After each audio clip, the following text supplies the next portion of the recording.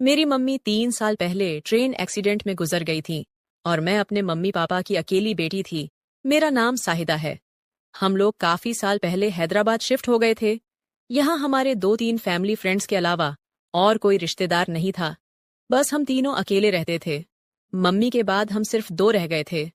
घर में ही पापा ने जनरल स्टोरी की दुकान खोली हुई थी, जिससे हमारी इनकम होती थी।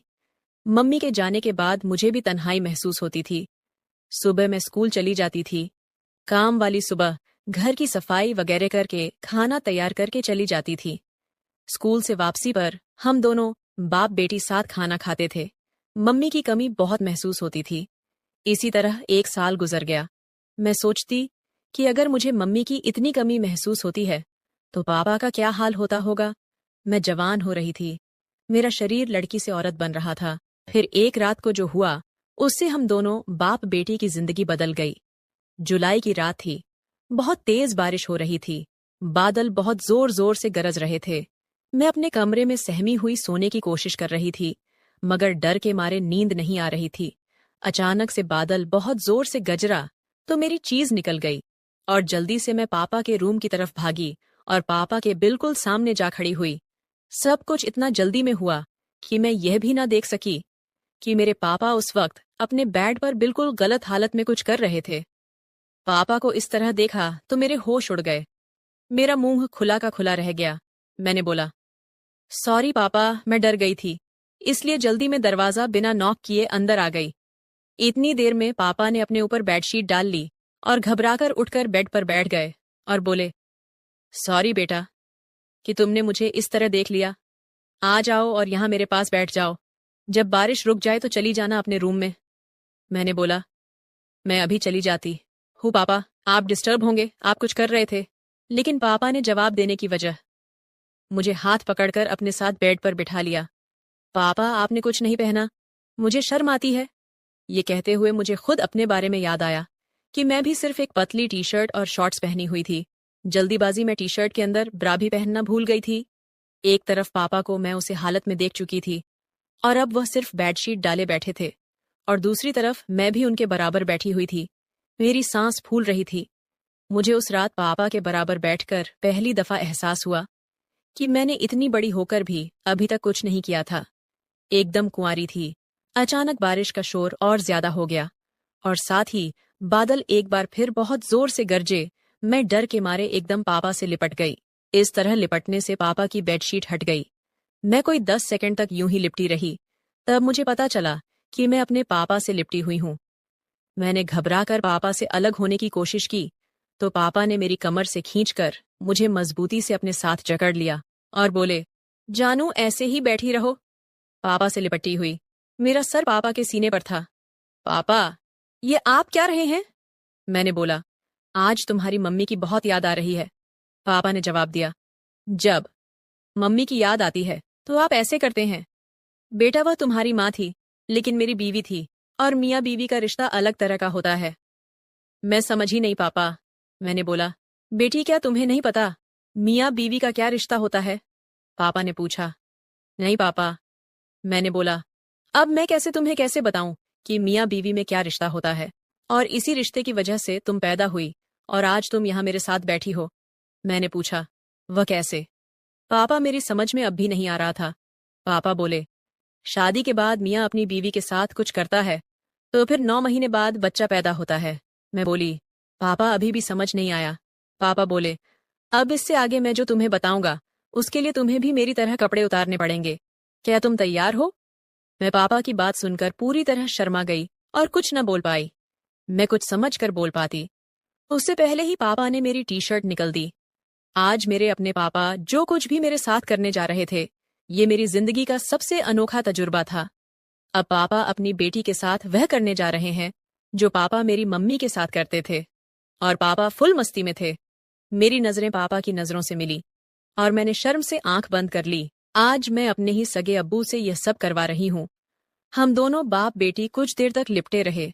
फिर पापा ने मुझे रात भर प्यार किया।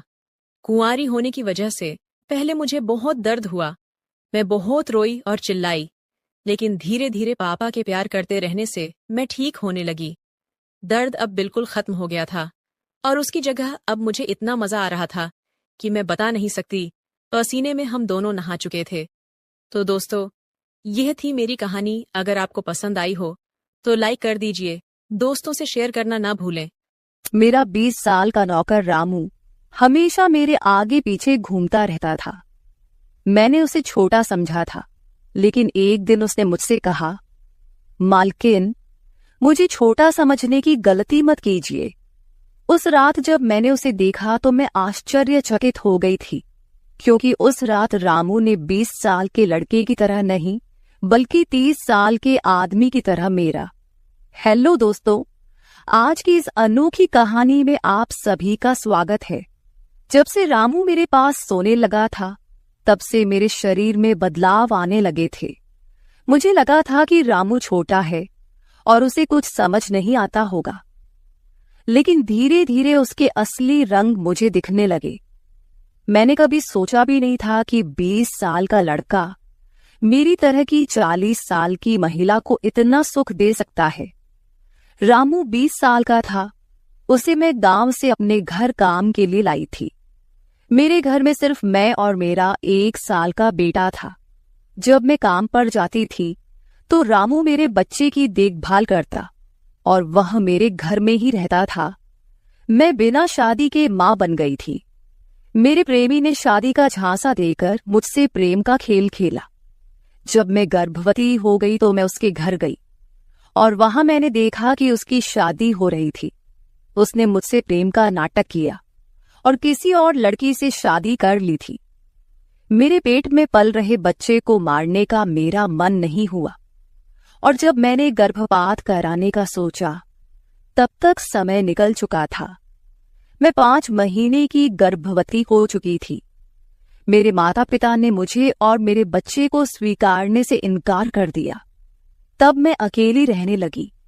कई महीने पहले मैं अपने गांव गई थी, अपने दादा के 100वें जन्मदिन के लिए। मेरे दादा ने मुझे जन्मदिन का निमंत्रण भेजा था और इसलिए मैं गांव गई थी। मेरे बेटे को वहां सिर्फ मेरे दादा ने ही प्यार से गोद में लिया था। आरव उनके पास खेल रहा था।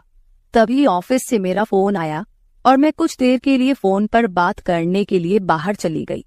जब मैं वापस आई तो मेरा आरव दादा के पास नहीं, बल्कि घर के एक नौकर के पास था। मैंने देखा कि आरव उस नौकर के पास अच्छे से खेल रहा था। मैंने अपने बच्चे को उस नौकर से लिया और वहां से जाने लगी। तभी उस नौकर ने मुझे रोका। वह कहने लगा, मालकिन, मुझे थोड़ी मदद चाहिए। मुझे पैसे की नहीं बल्कि काम की जरूरत है। उसने अपना परिचय दिया और कहा, मैं रामू हूं। मैं इस घर में गाय भैंस के गौशाले की सफाई का काम करता था, लेकिन अब बड़े साहब गाय भैंस बेचने की बात कर रहे हैं। अगर आपके पास कोई काम हो तो दीजिए। मुझे काम की बहुत जरूरत है। मेरे माता पिता भी मजदूरी करते हैं। मुझे काम की बहुत जरूरत है। तब मैंने कहा, मेरे बच्चे की देखभाल का काम है, लेकिन इसके लिए तुम्हें शहर चलना होगा। इस काम के लिए मैं तुम्हें 5,000 रुपये महीना दूंगी। रामू मेरे साथ शहर आने के लिए तैयार हो गया। आरव उसके साथ अच्छे से रहता था और यह देखकर मैंने रामू को अपने घर लाने का फैसला किया। रामू तब से मेरे घर में ही रहने लगा। उसने कहा कि हर 4 महीने बाद जब थोड़े पैसे जमा हो जाएंगे, तब वह अपने गांव जाएगा। रामू दिन भर मेरे बच्चे की अच्छे से देखभाल करता और घर के कामों में भी मेरी मदद करता। रामू को घर आए 1 महीना हो चुका था और इस 1 महीने में उसने मेरा दिल जीत लिया था। उसकी देखभाल से मेरे बेटे की सेहत भी सुधर गई थी।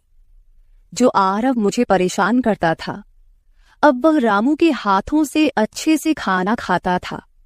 मैंने रामू को एक अलग कमरा दिया था। एक दिन रात में आरव बहुत रोने लगा। किसी भी तरह से वह शांत नहीं हो रहा था। बच्चे के रोने की आवाज सुनकर रामू मेरे कमरे में आया और उसने आरव को मुझसे ले लिया। रामू के पास जाते ही आरव शांत हो गया था। रात बहुत हो चुकी थी। आरव रामू को छोड़ नहीं रहा था, तो मैंने रामू को अपने कमरे में ही सोने के लिए कह दिया। सुबह जब मैं उठी तो आरव रामू से लिपटकर सो रहा था। उस रात के बाद से रामू आरव के लिए मेरे कमरे में सोने लगा। रामू के आने के बाद सब कुछ अच्छे से चल रहा था। रामू के काम से खुश होकर छुट्टी के दिन मैं उसे मॉल लेकर गई। वहां मैंने उसके लिए अच्छे कपड़े खरीदे और सैलून में जाकर उसकी नई हेयर स्टाइल बनवाई। रामू देखने में अच्छा था, लेकिन वह एकदम साधारण तरीके से रहता था। उस दिन मैंने उसका पूरा लुक ही बदल दिया था। उसे नए अंदाज में देखकर मैं भी उस पर विश्वास नहीं कर पा रही थी। कल तक जो एक साधारण सा नौकर था, वह इतना हैंडसम और स्मार्ट दिख सकता है, इसकी मैंने कल्पना भी नहीं की थी। मॉल से हम घर आए तो आरव आते ही सो गया था। मैंने उसे कमरे में बिस्तर पर सुला दिया और पानी पीने के लिए बाहर जाने लगी। तभी रामू मेरे लिए पानी लेकर आया। पानी पीकर मैंने गिलास रखा और रामू मुझे तब से ही एकटक देख रहा था। जैसे ही मैंने गिलास रखा, उसने मुझे गले लगा लिया। कई सालों बाद किसी पुरुष ने मुझे गले लगाया था। मैंने उसे खुद से दूर किया। तब रामू ने कहा, मालकिन, आपकी वजह से आज पहली बार मैंने खुद से प्यार करना सीखा है। जिंदगी बहुत खूबसूरत है, बस इसे जीना आना चाहिए। आज आपने मेरा कायाकल्प करवा कर मुझ पर बहुत बड़ा उपकार किया है। मैं सच में बहुत अच्छा दिख रहा हूँ। रामू के चेहरे पर खुशी देखकर मैं भी खुश थी। अगले दिन से वह बहुत स्वच्छ और सलीके से रहने लगा था। वह 20 साल का था, लेकिन गांव का लड़का होने के कारण उसकी कद काठी अच्छी थी। वह घर में भी रोजाना कसरत करता था। उसकी लंबाई भी ठीक ठाक थी। मैंने उससे उसकी पढ़ाई के बारे में पूछा था, लेकिन उसने कहा कि अब उसका पढ़ाई से मन उठ गया है। हर सुबह ऑफिस जाने से पहले मैं अपने बच्चे को दुलार कर ऑफिस के लिए निकलती थी।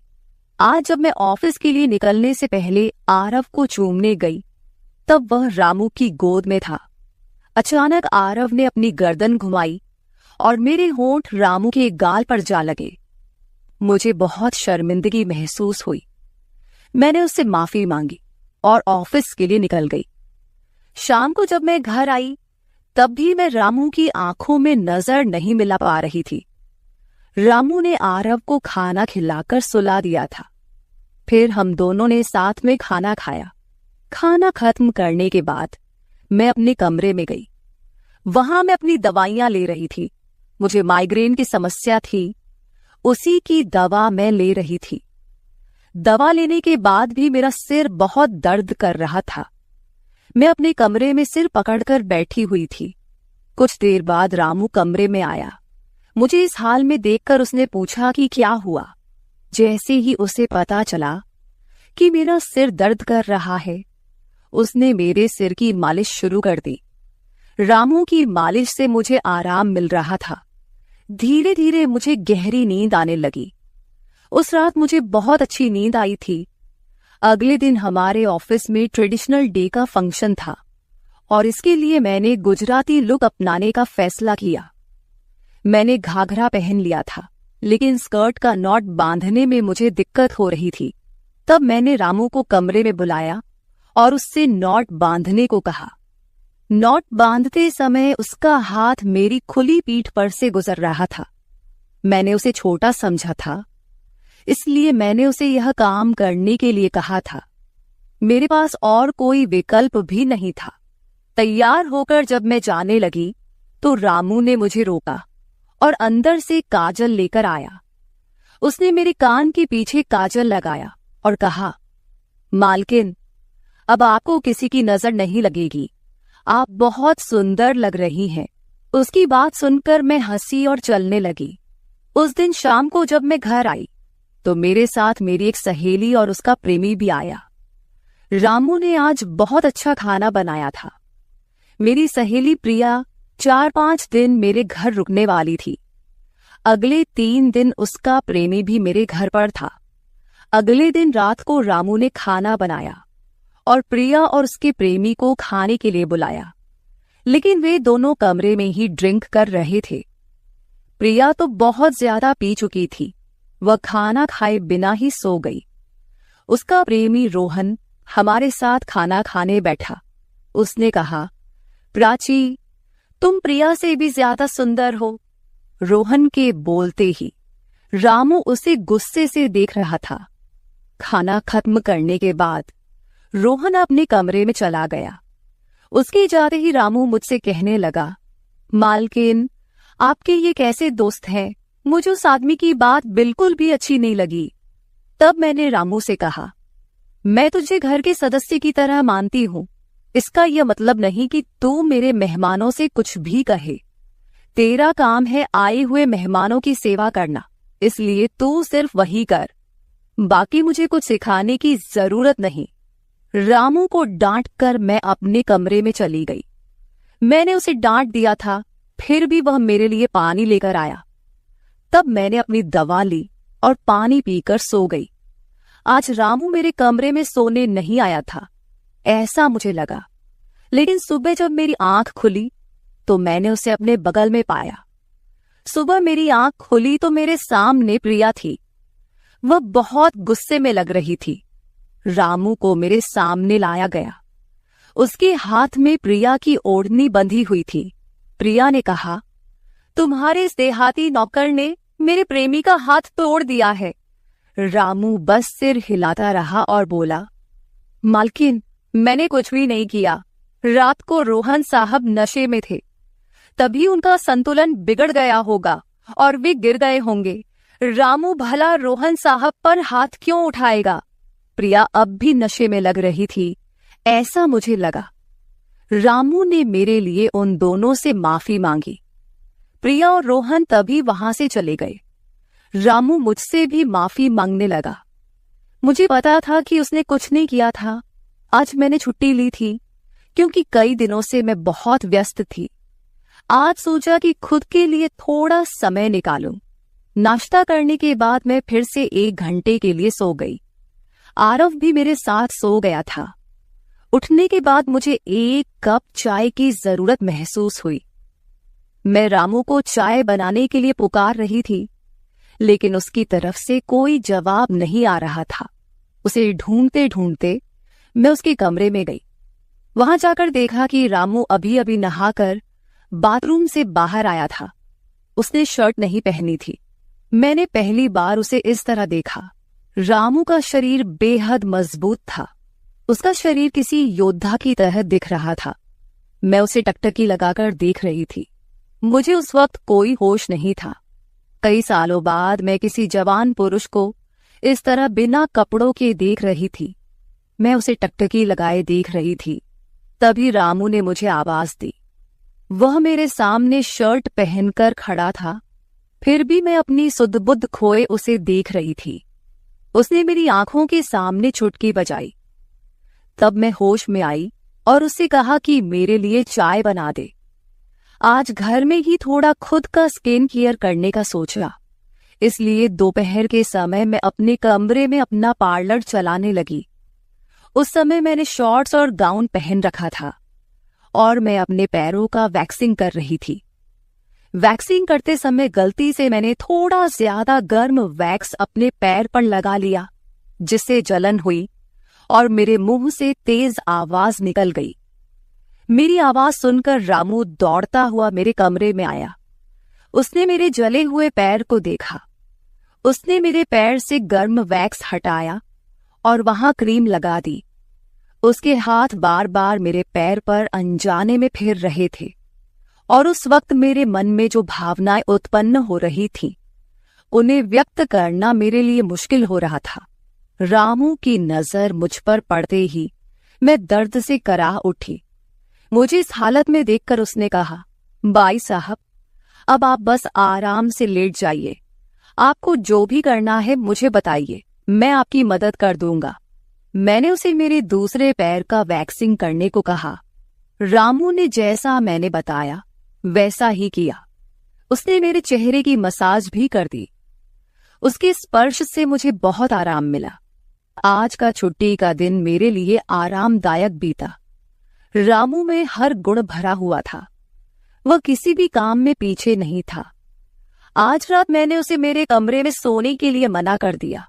दिन भर मैं घर में नहीं होती, कम से कम रात को तो मुझे मेरे बच्चे के साथ अकेले समय बिताना चाहिए। हर बार रामू का आना मुझे पसंद नहीं था, इसलिए मैंने उसे कमरे में सोने के लिए मना कर दिया। इस तरह दिन बीतने लगे। कुछ दिनों तक रामू के बिना आरव रात को सो नहीं पाता था, लेकिन धीरे धीरे उसने रोना बंद कर दिया। मुझे अपने अंदर कुछ बदलाव महसूस होने लगे थे। सुबह उठते ही मेरा शरीर बहुत दुखने लगता था। अचानक ये सब क्यों हो रहा है, समझ नहीं आ रहा था। कुछ दिनों में मेरी शारीरिक पीड़ा इतनी बढ़ गई कि मुझे बिस्तर से उठने की भी इच्छा नहीं होती थी। तब मैंने ऑफिस से 1 हफ्ते की छुट्टी ले ली। कुछ दिनों आराम किया, शायद थोड़ा ठीक हो जाऊं। अब पूरा वक्त आरव रामू के साथ रहता था। जब उसे भूख लगती तो वह बीच बीच में मेरे पास आ जाता। आज मैं अपनी कमर पकड़कर बैठी थी। रात को रामू पानी लेकर मेरे कमरे में आया। मेरी कमर पर हाथ देखकर उसने समझ लिया कि मुझे बहुत तकलीफ हो रही है। रामू ने कहा, बाई साहब, अगर आपको कोई आपत्ति ना हो तो मैं आपकी कमर की मालिश कर देता हूं। मेरी कमर इतनी दुख रही थी कि मैंने उसकी मालिश के लिए हाँ कर दी, लेकिन उससे पहले मैंने अपने कमरे की लाइट बंद कर दी। छोटे 0 बल्ब की रोशनी में मेरी कमर उसे नहीं दिखेगी, इसलिए मैंने कमरे की बड़ी लाइट बंद करके 0 बल्ब जला दिया। वह जब मालिश कर रहा था, मुझे बहुत आराम मिल रहा था। मालिश करने से मेरी पीड़ा जैसे झट से गायब हो गई थी। मालिश करते समय रामू ने मुझसे पूछा, बाई साहब, आपको आरव के पिता की कभी याद नहीं आती? आप इतनी सुंदर और जवान होकर भी अभी तक अकेली क्यों हैं? उसके सवाल का मेरे पास कोई सही उत्तर नहीं था। मैंने उससे कहा कि शायद तुम्हारे सवाल का उत्तर मेरे पास नहीं है। उस सवाल पर वहीं विराम लग गया। रामू की मालिश से मुझे अच्छी नींद आ गई थी। अगले 2 दिन बाद वह तारीख थी जब मैंने अपने प्रेमी से मुलाकात की थी। आखिर वह दिन आ ही गया। उस दिन मैंने दिन भर अपने मन को किसी न किसी काम में व्यस्त रखने की कोशिश की, लेकिन रात के अंधेरे में मुझे अपने प्रेमी की बहुत याद आ रही थी। आज वह मेरे साथ नहीं था, लेकिन वह मेरे बच्चे का पिता था। आरव को देखकर मुझे रोज उसकी याद आती थी और आज मैं अपनी भावनाओं को छुपा नहीं पाई। मैं अपने कमरे में जोर जोर से रोने लगी। आरव पास में सो रहा था, इसका भी मुझे ध्यान नहीं रहा। मैंने आज अपनी दवाइयां भी नहीं ली थीं। रामू पानी लेकर मेरे कमरे में आया। मुझे रोते हुए देखकर उसने मुझे पानी पिलाया। जब मैं शांत हुई तो उसने मुझे दवाइयां दी। मेरे रोने की आवाज से आरव हल्का हिलने लगा।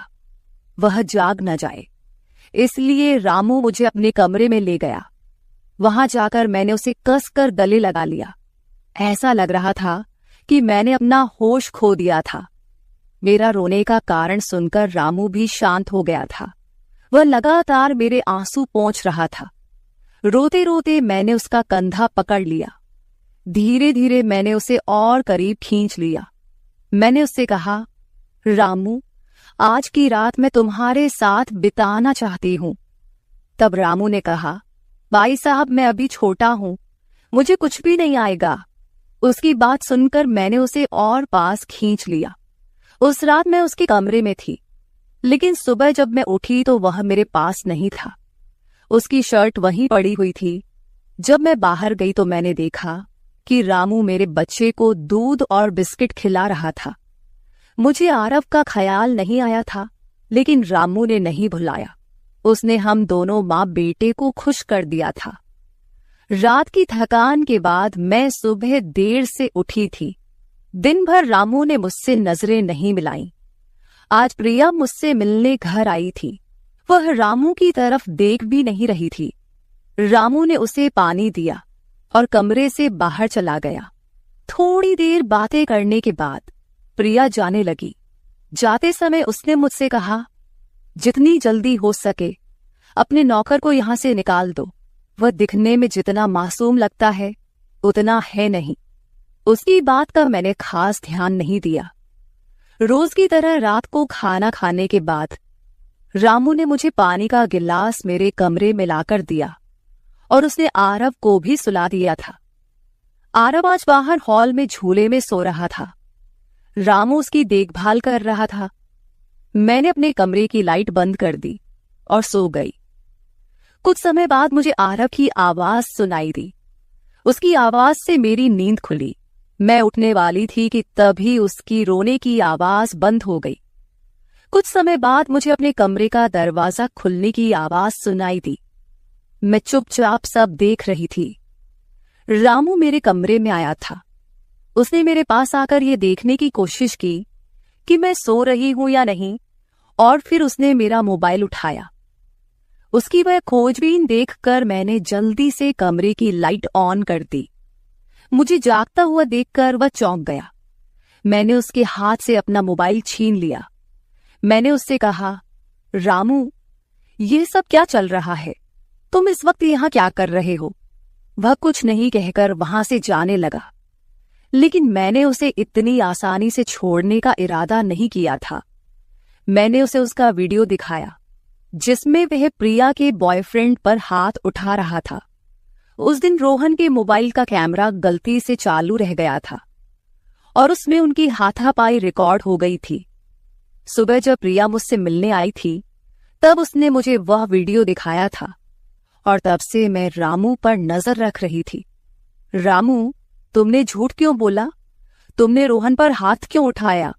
तब उसने कहा, जो भी आप पर बुरी नजर डालेगा उसके साथ मैं यही करूंगा। मालकिन, उस रात जब रोहन नशे में था वो आपके कमरे में आया था। वो आपके साथ कुछ गलत करने की कोशिश कर रहा था और इसलिए मैंने उस पर हाथ उठाया। रामू की बात सुनकर मैंने कहा, ठीक है, मैं तुम्हारी बात मानती हूं, लेकिन तुम मुझे नींद की दवा क्यों दे रहे थे? आज मैंने तुम्हें मेरे पानी में दवा मिलाते हुए देखा है। तुम्हारी नजर मुझ पर थी और तुम जो चाहते थे वह मैंने तुम्हें दे दिया है। अब अपना हिसाब करो और गांव निकलो। मेरी बात सुनकर रामू बोला, मालकिन, आप जैसा सोच रही हैं वैसा कुछ भी नहीं हुआ है। कल रात मैंने आपके साथ कुछ भी गलत नहीं किया। मैंने आपके पानी में नींद की दवा मिलाई थी जिससे आप मेरे पास आते ही सो गई थीं और मुझे आपके साथ कुछ भी गलत नहीं करना था। कुछ दिन पहले मैंने आपको रात में फोन पर बात करते हुए देखा था। मैंने आपकी बातें सुनी थी।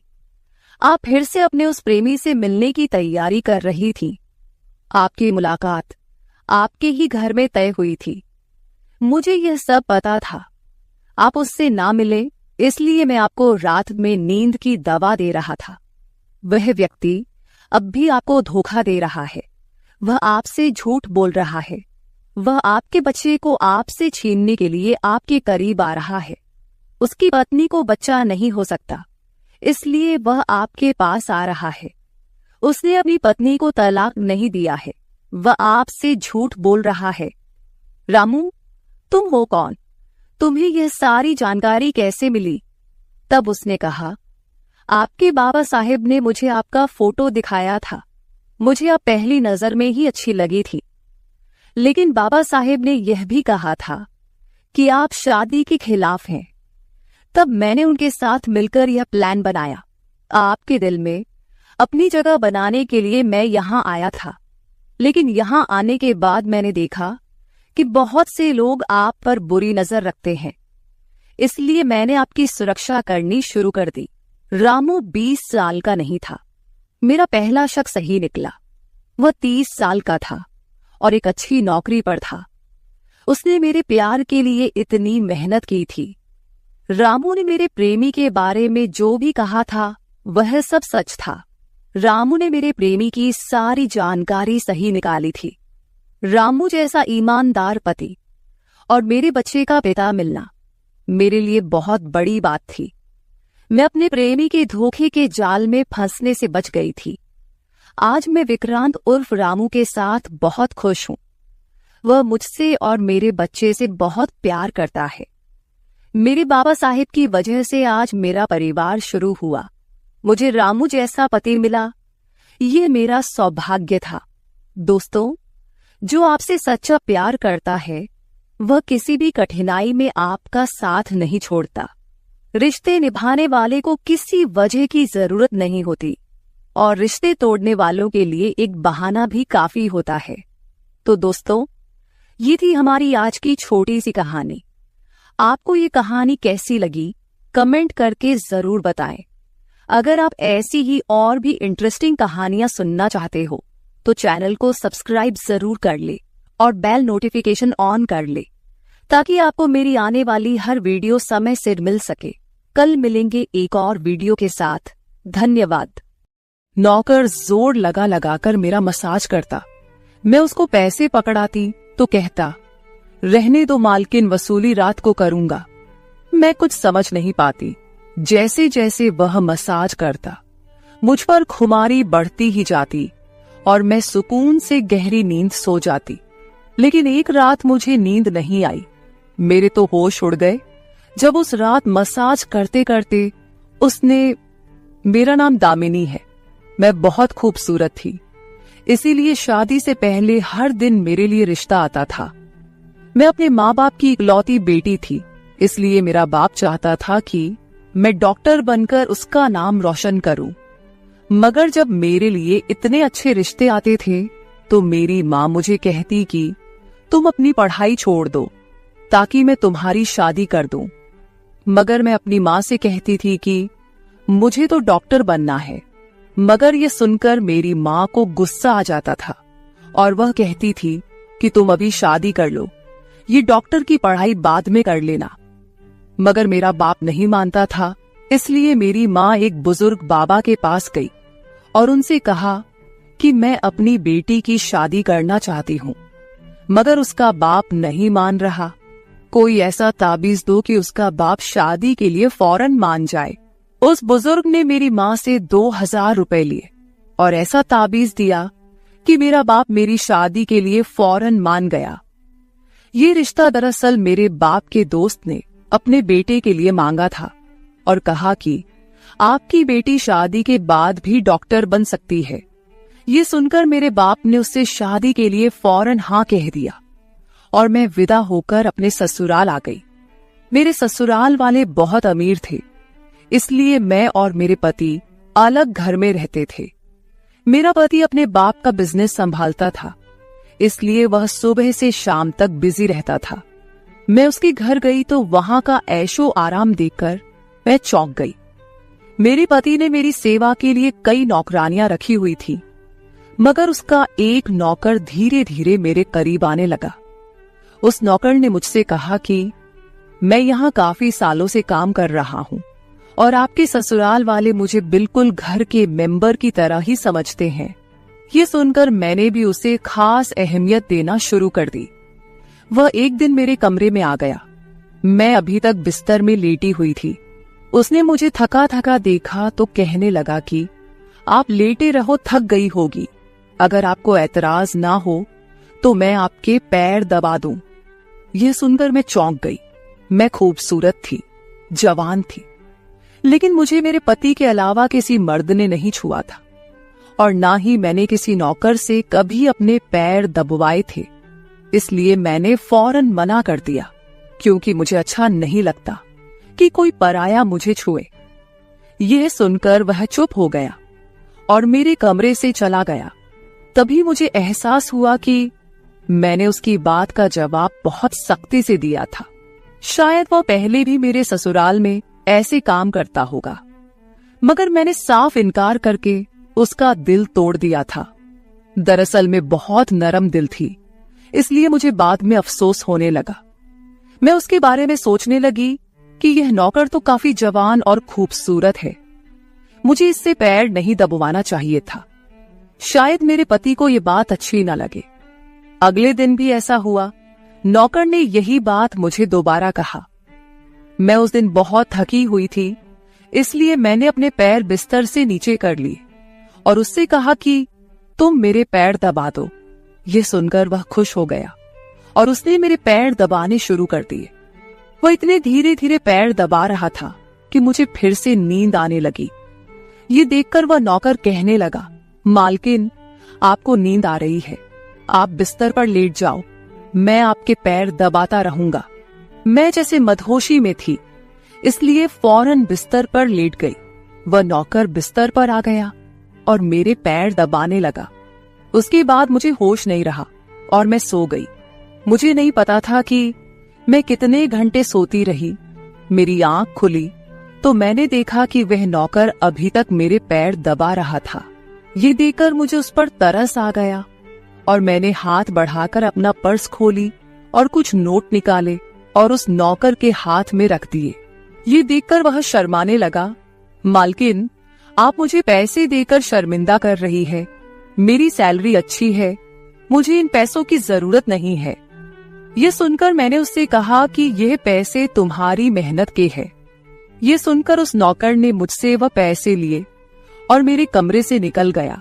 मेरा पति रात को देर से आता था, इसलिए मैंने शाम को फिर उस नौकर को अपने कमरे में बुलाया और उसे कहा कि तुम्हारी मालिश से मुझे बहुत अच्छी नींद आती है, इसलिए जब तक मेरा पति घर नहीं आ जाता तब तक तुम मेरे कमरे में ही रहना।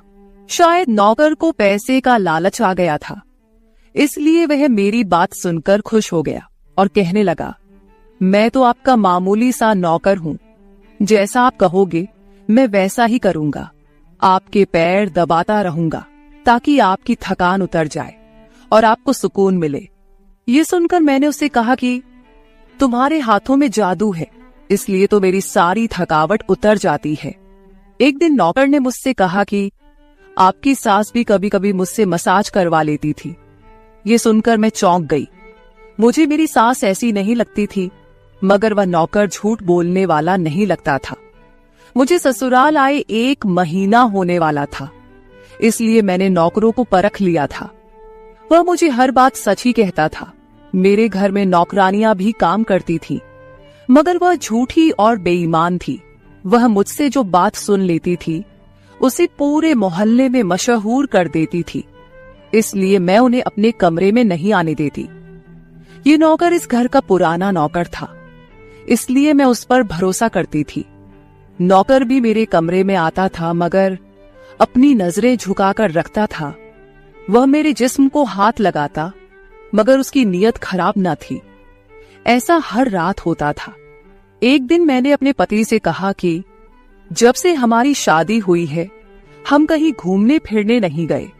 ये सुनकर मेरे पति ने कहा कि जब से हमारी शादी हुई है तुम भी तो हर वक्त नींद में रहती हो। मैं रात को घर आता हूँ तो तुम गहरी नींद में होती हो। दिन को मेरे पास वक्त नहीं होता और रात को मेरे घर आने से पहले तुम सो जाती हो। ये सुनकर मैं अपने दिल में सोचने लगी कि यह सब नौकर की मालिश की वजह से हो रहा था। मेरे पति की शिकायत सही थी। मुझे रोज रात को अपने पति के लिए जागना चाहिए था। उस दिन मैंने फैसला किया कि आज रात जब नौकर मुझे मालिश के लिए कहेगा तो मैं इनकार करूंगी, ताकि मुझे नींद ना आए और मैं अपने पति के आने तक जागती रहूं। शाम हुई तो मैंने नहाकर खुद को खूब तैयार किया और दुल्हन बनकर बिस्तर पर बैठ गई। नौकर मेरे कमरे में आया तो उसने मुझे मालिश के लिए पूछा, मगर मैंने साफ इनकार कर दिया। मेरी बात सुनकर वह कुछ उदास हो गया और वापस चला गया। कुछ देर बाद नौकर मेरे कमरे में आया तो उसके हाथ में दूध का गिलास था। मैंने खाना नहीं खाया था, इसलिए फौरन दूध पी ली और अपने पति का इंतजार करने लगी, मगर मुझे नींद आ गई और मैं सो गई। सुबह में जागी तो नौकर फौरन मेरे कमरे में आया और कहने लगा, मालकिन आपके लिए नाश्ता लेकर आऊं। ये सुनकर मैंने अपने पति के बिस्तर की तरफ देखा, वह खाली था। ये देखकर नौकर कहने लगा, मालिक को जरूरी काम था, वह नाश्ता करके चले गए।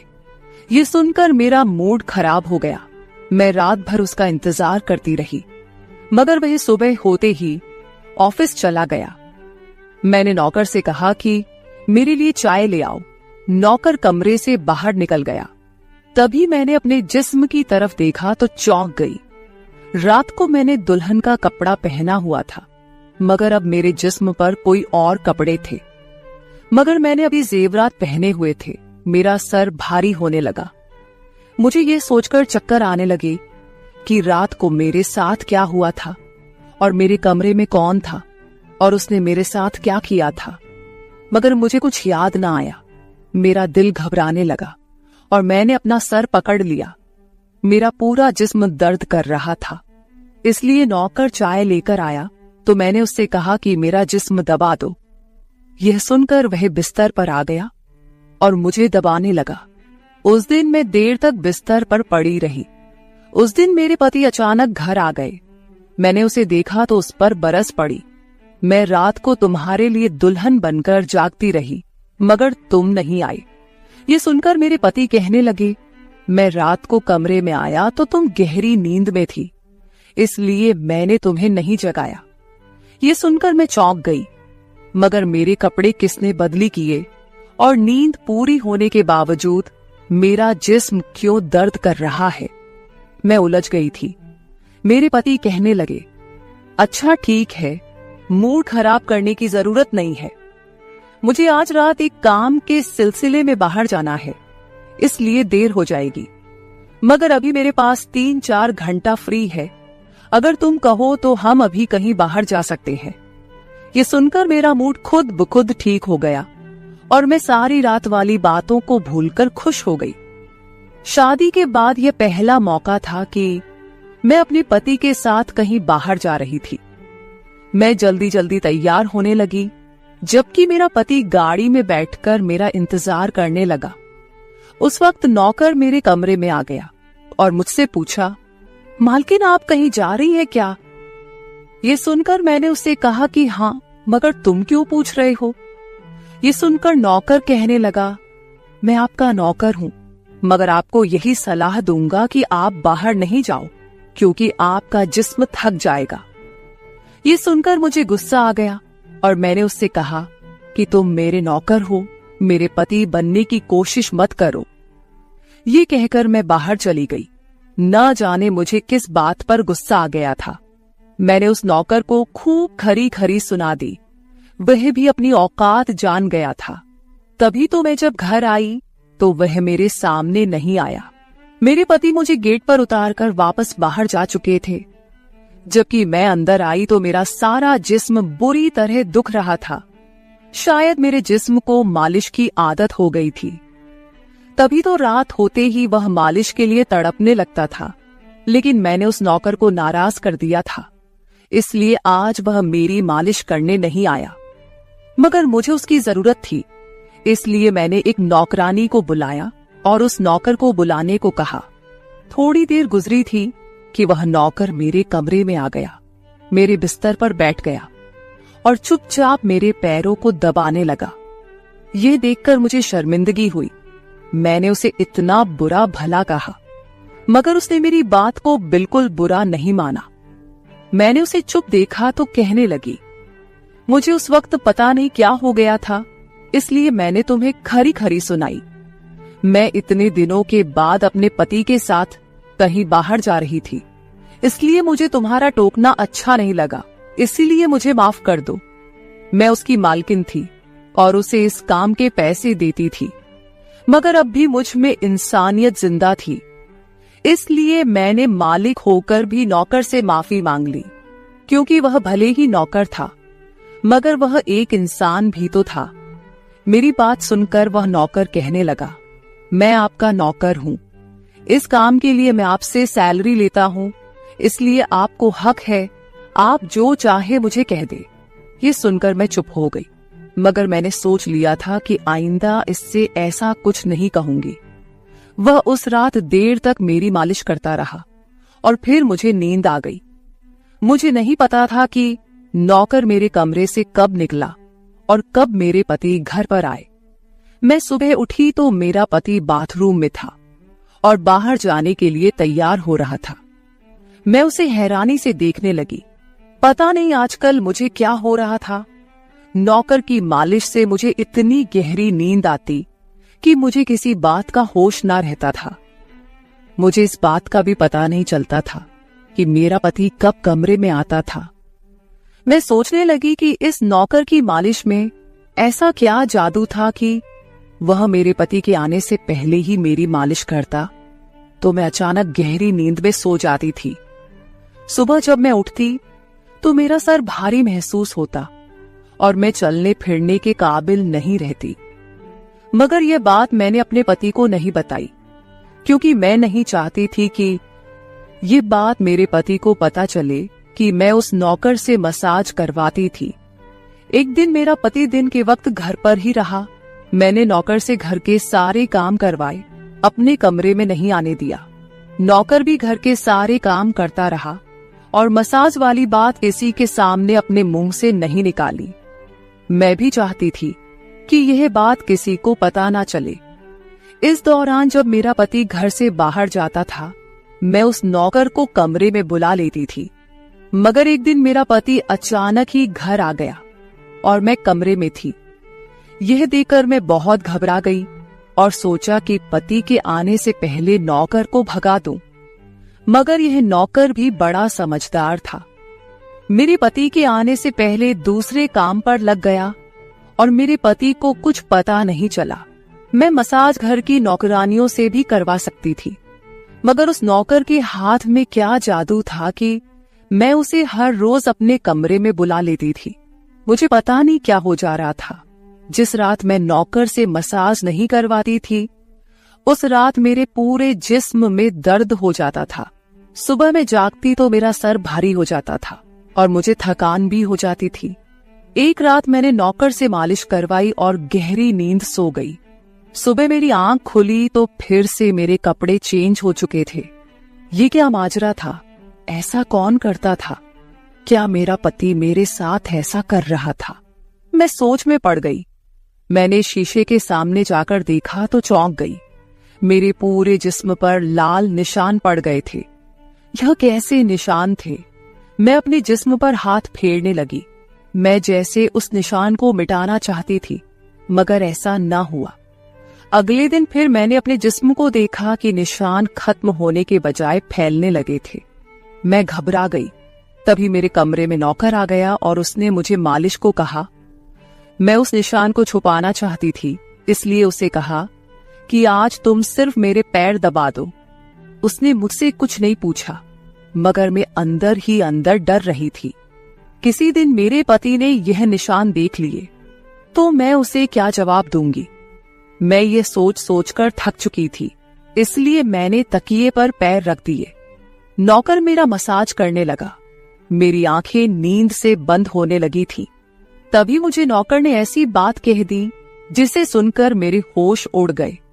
उसने मुझसे कहा, मालकिन आप मुझे बहुत अच्छी लगती हो।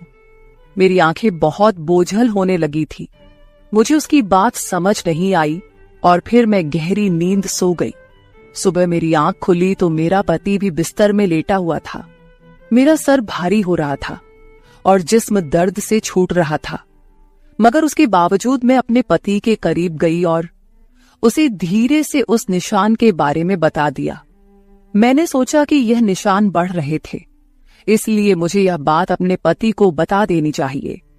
ये सुनकर मेरे पति ने मेरे जिस्म से कपड़ा हटाया तो वह उछल पड़ा। वह मुझसे दूर हो गया और कहने लगा, तुमने मुझे धोखा दिया है, बेवफाई की है और तुम्हें उसी की सजा मिली है। यह कोई बीमारी नहीं है, बल्कि तुम्हारा गुनाह है। मुझ में क्या कमी थी जो तुमने दूसरा मर्द तलाश कर लिया? मैं काम में बिजी था, मर तो नहीं गया था कि तुमने एक और चक्कर चला लिया। यह सुनकर मैं हक्का बक्का रह गई। मैंने उससे कहा कि यह आप कैसी बातें कर रहे हैं, मैं बेकसूर हूं। मगर मेरा पति हंसने लगा और कहने लगा, ये निशान बता रहे हैं कि तुम गुनहगार हो, इसीलिए मेरे घर से निकल जाओ। मैं तुम्हें तलाक के पेपर भेज दूंगा। उसने मुझे धक्के मार मार कर घर से निकाल दिया। मैं रोते हुए अपने माँ बाप के घर आ गई और उन्हें अपनी बेगुनाही का यकीन दिलाया। वे मेरे अपने थे, इसलिए उन्होंने यकीन कर लिया। उन्होंने कहा कि वह मेरे पति से बात करने जाएंगे, मगर उनके जाने से पहले ही तलाक के कागज आ गए और मेरी हंसती मुस्कुराती दुनिया उजड़ गई। मैं इसका जिम्मेदार किसको ठहराती? कोई भी तो नहीं था। मैं कई दिनों तक रोती रही। मुझे ऐसा लगने लगा था जैसे मैं मरने वाली थी। एक दिन मेरी माँ मेरे कमरे में आई और कहने लगी कि तुमसे कोई मिलने आया है। मैं भागकर गई कि शायद मेरे पति आए हों, उसे मेरी बेगुनाही का एहसास हो गया हो। मगर वहां मेरा पति नहीं था, बल्कि वही नौकर था जो उसके घर काम करता था। मैंने उसे आने का कारण पूछा तो वह कहने लगा, मैं आपके उन निशानों के बारे में जानता हूं। ये सुनकर मैं चौंक गई। मैंने उसको कसकर पकड़ा और उसकी शर्ट का बटन एक झटके से खोल दिया। मुझे अब समझ आया कि मेरे पति ने मुझ पर इतने गंदे इल्जाम क्यों लगाए थे। ये कहकर मैंने नौकर के सीने पर मुक्के मारने शुरू कर दिए। मैंने कहा, ये निशान मेरे जिस्म पर कैसे आए? तुमने मसाज के बहाने मेरे साथ क्या क्या किया था? मुझे सच सच बताओ। ये सुनकर नौकर ने मेरे दोनों हाथ पकड़ लिए और कहने लगा, मेरा नाम राजेंद्र है और मैं तुम्हारे साथ यूनिवर्सिटी में पढ़ता था, मगर मुझे तुमसे प्यार हो गया। मैं भी डॉक्टर बनना चाहता था और मैंने सोचा था कि जब हम दोनों डॉक्टर बन जाएंगे तो मैं तुम्हारे बाप से तुम्हारा हाथ मांग लूंगा। मगर एक दिन तुम्हारी सहेली की जुबानी मुझे पता चला कि तुम्हारी माँ तुम्हारी शादी जल्द करना चाहती है, इसलिए मैंने डर कर तुम्हारे घर रिश्ता भेजा। मगर तुम्हारे बाप ने इनकार कर दिया और कहा कि मैं अपनी बेटी की शादी तब करूंगा जब वह डॉक्टर बन जाएगी। इसलिए मैं टेंशन